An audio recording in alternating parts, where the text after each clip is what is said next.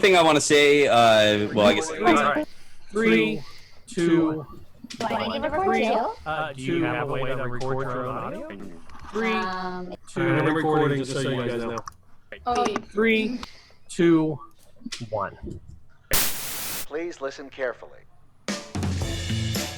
What is communication? The act of taking a thought from my head and putting it into your head. Essential behavior of life. We have the both blessing and responsibility of trying to foster. It's the strongest way for two people to convey information to each other. Bridging what I have in my head to the outside world. I think it's the ability to share your innermost feelings and thoughts with others. Whatever it is that we do to express intent and achieve an impact. Communication is the ability to express your needs, wants, frustrations, and desires to anyone that you feel needs to have that information. Welcome to Speech Science. I'm Matt Hott. Episode 34. I feel like it has been almost a month and a half since we've been on air because it really has. I'm Matt Hott, joined around the interwebs. I don't know. Lucas Stoiber. How are you?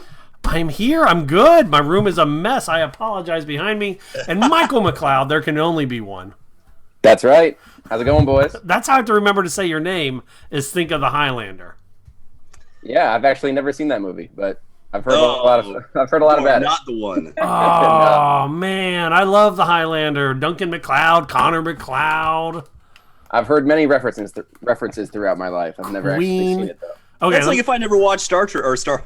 Oh, I just almost did Star Trek instead of Star Wars. I'm going to hear about that one. But okay, Michael, I'm going to ask you: do you like Queen, like the rock group Queen? Of course. Do you like sci-fi? Yes, I do. Do you like sword fights? Of course. Highlander, man, that's what you need. But I would love to continue to talk about Highlander. But this is Speech Science. It's been about a month since we came back, and then probably about 2 months since we came back on a routine basis. We took a little break for the holidays, and then we all got sick. And, that whole wonderful part about living in the continental United States in the middle of the winter. Yeah, you guys have gotten some real weather, it seems like. Woo, I had no snow. I had no school on Wednesday because we got 3 inches of snow, 4 inches of snow overnight. Wow, no kidding. Yeah. We had icy roads on Wednesday. Then we had the Eagles parade on Thursday, so nobody went to school. So there you go. I forgot you are in Philadelphia, aren't you? And I am not an Eagles fan. What? Just for the record. Okay, well, I'm sorry to hear that. Born and raised in New York. All right, gentlemen. Well, how has your weeks been, or how has your 2 months been? It's been a while since we've talked. Mine's been great. I had a really good time heading down to the Georgia Speech and Hearing Association's convention just this last week, and did a pre-conference talk and then another talk on AAC. So thanks so much for the invitation. Shout out to Vince and for getting me down there, and some other folks who were really just fantastic. Good people, really friendly. Flying back through Chicago last night was not as fun. I'm not sure if I'd recommend that with feet of snow, but. Other than that, life's been good. It's good to be back. It seems like a lot of folks have been real busy for the last 6 weeks. So we decided to take advantage and do a little restructuring. But we got some exciting interviews coming up, I know. So anyway, I'm talking too much. Michael, how's your 6 weeks been? Yeah, I've been doing a lot of really exciting interviews with you, Lucas. We've met some really cool people over the past couple of weeks. Yeah, I've been real busy with my private practice out here in Philly. Doing a lot, developing my executive function model. Had a great conference with Peg Dawson, who is like the executive function specialist. So that was a great experience. Awesome. Cool. Yeah, my 6 weeks have been filled with nothing but coaching high school varsity bowling, therapy, and raising a 4-year-old and a 1-year-old. My 4-year-old right now has got 102 to 104 fever, depending on the time of day. So.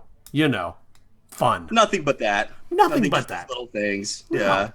You know, and it's been a while since I've been doing this, so I feel a little out of sorts, and I feel bad that I didn't mention that if you want to get a hold of us, you can always head over to our website, podcast.speechscience.org. From there, you can email us or give us a phone call, 503-345-6740.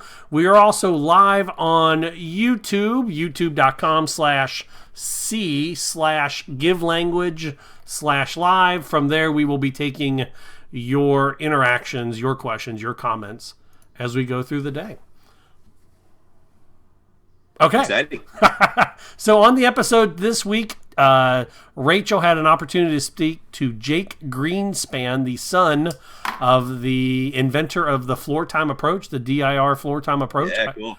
Also, we will be talking about what does autism and possibly schizophrenia have in common, and also what did Congress finally do right? I'm excited to find out, aren't you? It's a nice segue. That is a good segue. It was good. All right. We're going to come on the break. We'll be right back. You're listening to Speech Science.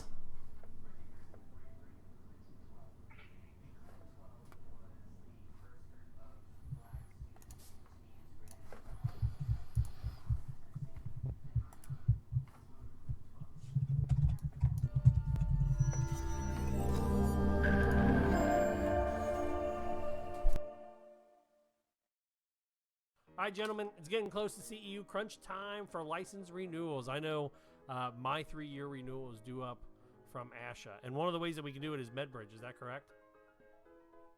Yeah, I've been actually really happy with MedBridge, and I didn't know a ton about them until about 6 months ago, but we decided to partner with them for the month of October. I got to check out a lot of the classes, and we're really happy to be carrying a deal forward with them. I thought that was going to be a one-time thing, but moving forward, we got a strong partnership. So what's the new deal? So the new deal is that they have a basic plan that is usually $245, and for right now you can get it for $95. Basically, you have access to over 300 CEU courses in speech language pathology with some of the biggest names in our field, such as Dr. John Arvidson, Dr. Celeste Roseberry McKibben, Dr. Laura D. Thorne, Dr. Scott Yaris, Dr. Laura Epstein, Dr. Betty Yu, Dr. Lynn Williams, Dr. Ann Van Cleek, Dr. Gail J. Richard, Dr. Sherry Robertson, and Dr. Catriona Steele.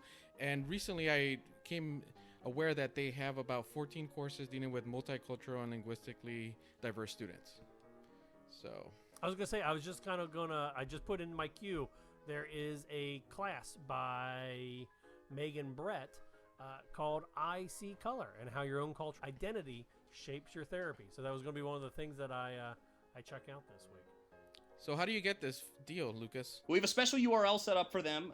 It's at MedBridge, so medbridgeeducation.com/speech-science.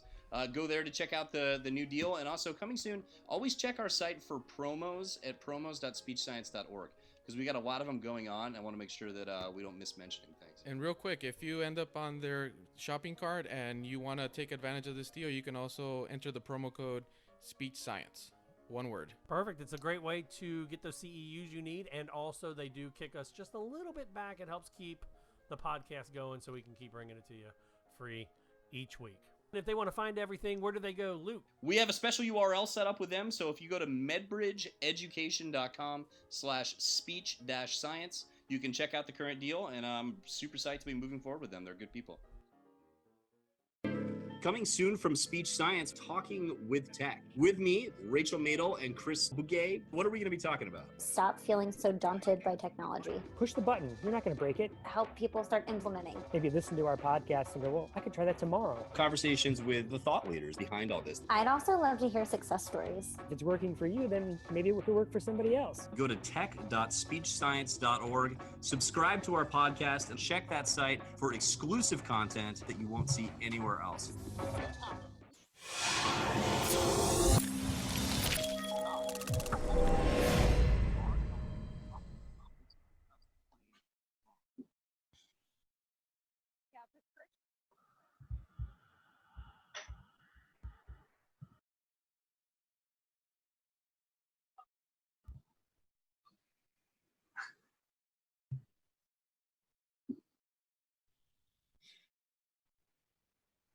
I was wondering what that was about. Now I got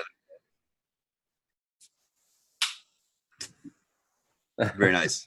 That is a nice monster truck.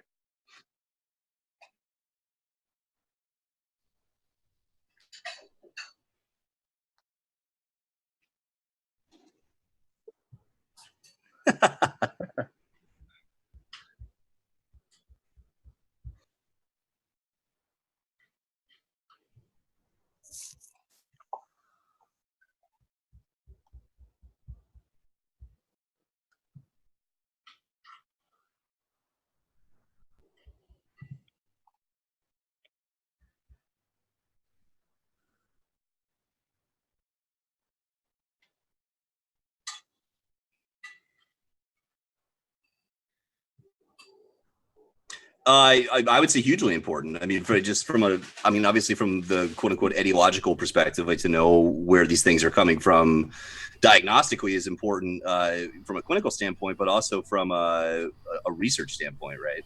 And I'll be quiet in a minute, I swear. But this is interesting because this was the topic of my thesis in applied linguistics, was actually on schizophrenia and formal thought disorder as it manifests in language. And at that time, it was pretty well known and understood that there was a lot in common with autism spectrum disorder, with bipolar disorder, with formal depression in terms of the manifestation of language. So to find that there is an association within the RNA between those things isn't particularly surprising. If anything, it validates the observational evidence that we've had for hundreds of years. So I think it's cool. It's interesting. And I can talk a lot more, but I won't. Michael. Yeah, obviously a lot of the research, over the past, few decades on autism has been really tough.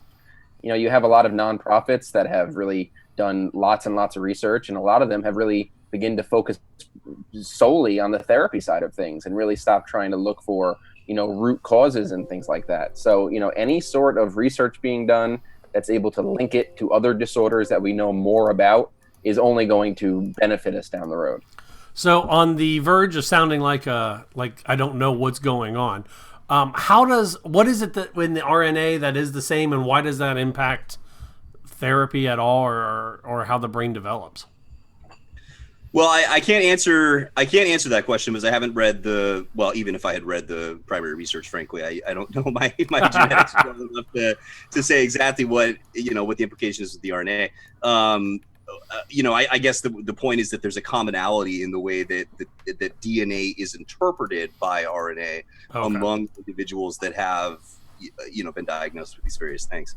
And one reason I would add why it's helpful is because the diagnostic criterion for things like depression and schizophrenia and bipolar and there's a lot of overlap between them, but there's also sometimes contradiction. Like a good example of that is within schizophrenia and within autism, from a language standpoint.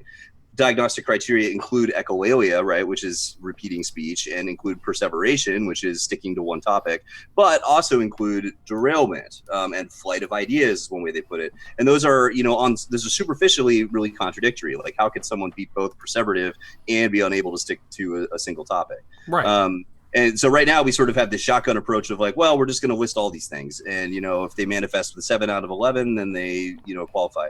But to know more specifically genetically what's going on will allow us to, hone down the gradient of criterion that we're looking for. Well, that's fair. Okay. I sometimes feel like the dumb one in the room because I don't actually understand all the time how all those things work together. So. If you did, nobody does. That's part of the beauty of science, right? We live in this amazing moment of time where there's still so much to learn, and I wouldn't have it any other way. I just do therapy. Michael, what about you? Yeah, the link to major depression is what really fascinates me the most. I work with so many students with autism, and you would never even think of using the word depression in any sort of context, working with them, always so, very happy, very social, very engaged. But, just seeing the comparisons in this article, it's really fascinating to me. And we want to hear from you. So make sure you're emailing us. Our email is contact@speechscience.org. You can leave us voicemails, 503-345-6740. Visit us online, podcast.speechscience.org. Leave a message there. Or if you're watching live on Sunday night at 9:16, feel free to send us a message down below in the YouTube in the YouTube channels. I can't believe I keep saying the YouTube. I feel like I'm getting old now. In the YouTubes. Oh man, or on the Facebooks. Yep. Well, as a palate cleanser, I sent you guys this link, and I don't want to spend too much time on it. Did you see the radio show host, the Milwaukee Interim Health Commissioner? Yes. Yeah, she's saying that the science is still out there about the link between autism and vaccines, and she thinks that one day we're going to prove it.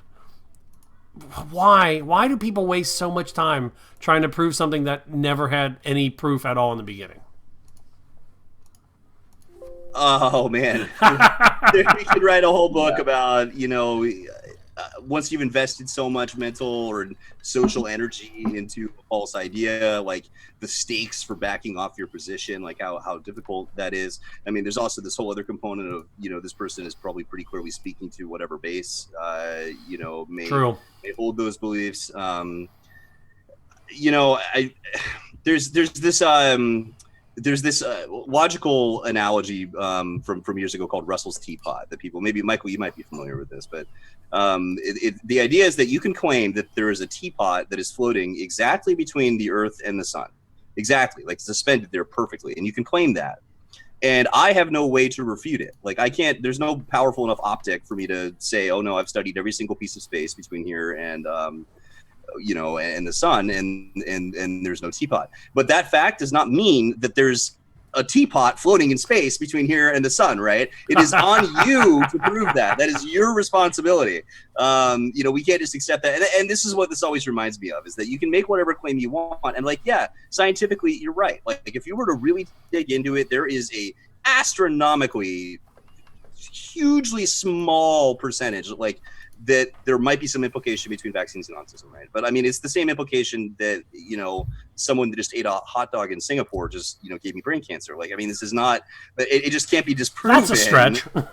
Well, really though, we're talking about that level of statistics. So, okay, fine. Like, what's a bummer to me about it is that it's a continued dumbing down of scientific literacy, right?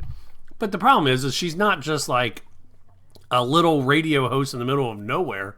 She's I think she's an elected official, interim health commissioner in a major city in a decently populated state. Yeah, she's the interim. Yeah, that's true. Let's remember that. Let's make sure. Good point.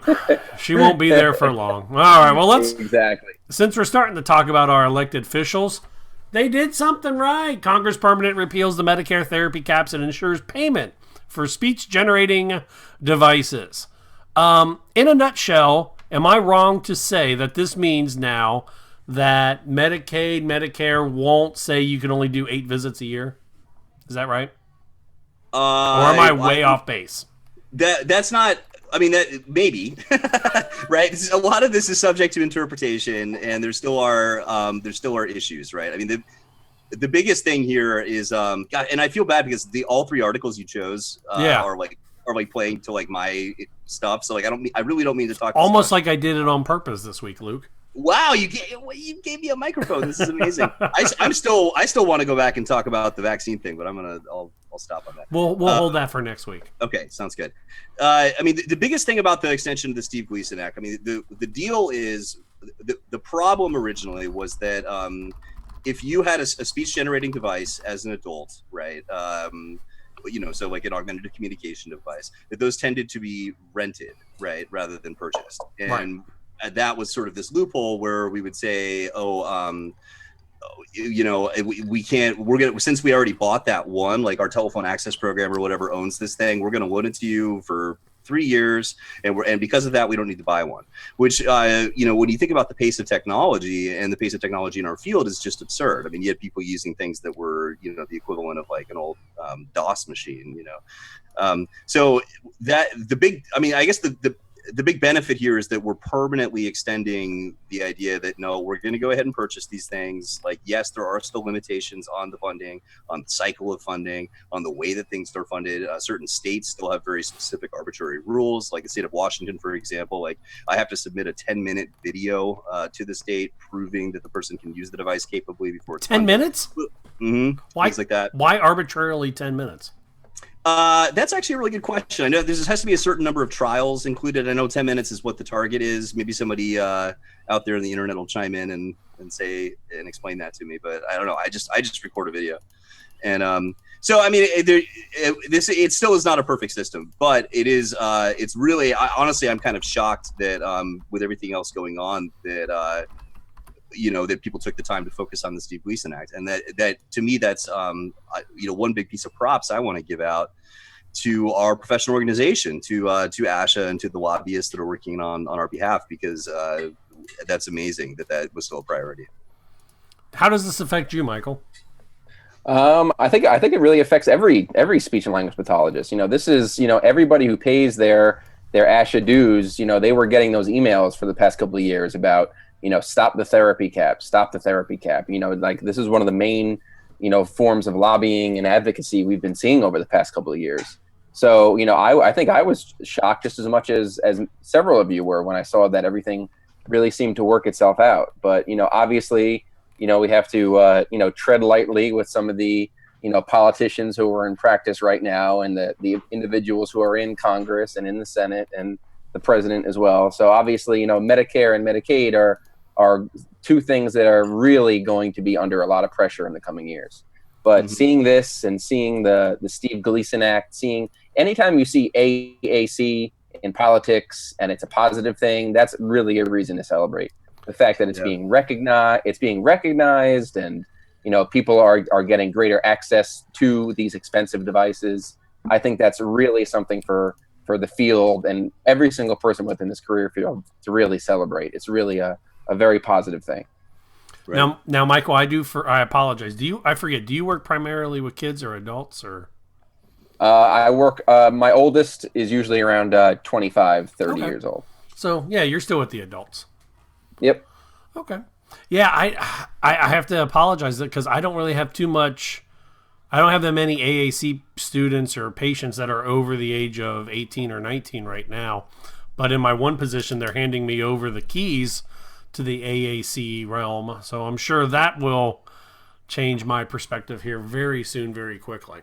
Well, hey, we have another great podcast called Talking with Tech that addresses exactly that stuff. So if we can help you out at all, let me back up 1 second though and say that this announcement, of course we'll link these articles and everything, isn't just about the Steve Gleason Act. So the Medicare caps, it doesn't apply specifically to AAC. That's a separate issue, and you still do have to apply for a review after you hit that $3,000 a year. So it's not like it's suddenly we have unlimited therapy, but at least we're allowing for those renewals. Which but you got to think about too, like $3,000 a year. I mean, that's such a small amount of money in the scope of healthcare. I mean, that's like what it costs like an anesthetist to like read your chart, and that's like what you get for a year of speech language pathologies. That's a good point.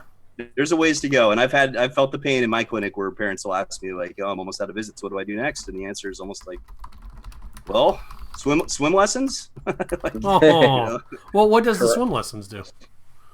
Oh, that could go off about that for a while. Oh, really? You had then all of a sudden you have an instructional context that's socially appropriate for the child. You're not having the extracurricular activity of this child be coming and seeing me all the time. But let me not proselytize that too much because all of a sudden we're going to lose all our clients. Didn't you have something with karate at one point? Yeah, I did. I ran a after-school martial arts program for children with autism that was all about bodily awareness and self-control and emotional regulation. And I'm all about trying to create those naturalistic contexts. So and trying to fund things in different models. Luke, you are the therapist that I want to be when I grow up. Uh-oh. Always doing the everything you can for your patients. It's mostly the Adderall, I think, that causes that. You know what, though? This is something that ASHA can also hang up on their hats. Like, I don't know if you guys are part of the Facebook groups, and I try not to ever post, but I always end up getting drug into the arguments about what is ASHA doing for me, or what is my money going to? Why are we spending money to talk to the Republicans because I believe in the Democrats? Or why are we speaking to the Democrats because I'm a Republican? Because of this, right? Maybe? Yeah, it's definitely a small reason to celebrate. It's definitely any time you see speech pathology being recognized in a positive way by politicians who most often know next to nothing about speech therapy. Anytime you see something positive, it's definitely a reason to celebrate. Anytime our field is recognized, it's definitely a small step, but there's always going to be someone out there trying to limit our licensure and do whatever they can to really limit things that we can do. But this was definitely a small victory. That's true. But I like that you brought up the professional org stuff, and I do want to say this on air, right?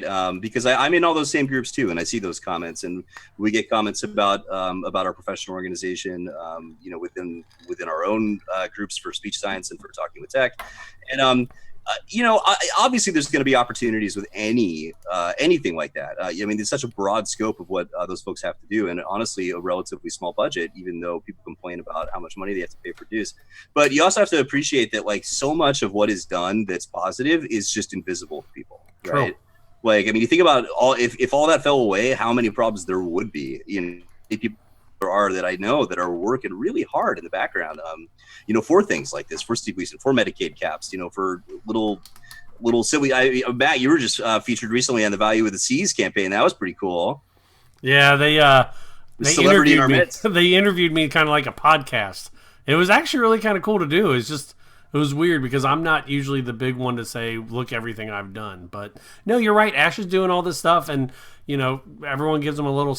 I'm not even a big fan of ASHA. I shouldn't say that out loud, but like, I'm one of the more critical people of ASHA. But you got to give them their dues when they do stuff for like this. Well, you got to be. I mean, everybody's got to be. We have a responsibility to be critical of any organization that we're part of. I mean, that's patriotism too. Speaking of which, anyway, wow, this could get so political so fast. Michael, you're part of ASHA, right? Of course, gotta be. Yeah. Well, okay, so this is usually where we do the jump off from YouTube, and we're going to go to break. Coming up after break, Rachel sat down with, who was it? Jake Greenspan, the son of Stanley Greenspan, over at StanleyGreenspan.com. Stanley created the DIR Floortime approach. Floortime is an evidence-based intervention. Research demonstrates that it strengthens fundamental communication and relationship abilities for children with autism and other special needs. These improvements in the core deficits occur because of Floortime's foundation in child development. I am not familiar with this, so I am interested on the interview. That's for sure. Yay. All DIR right. is awesome. Well, we will be right back. You're listening to Speech Science. And then everyone, you're listening at home, you're watching on the YouTubes. We do appreciate you all watching, paying attention, and doing all that. We will be back next week. But this is where we end the YouTube, and we will do our close, and we will go home safely. Yeah, Bye, YouTubes. Bye, YouTube. All right. Now it's figuring out how to turn off YouTube. I am turning into my grandpa.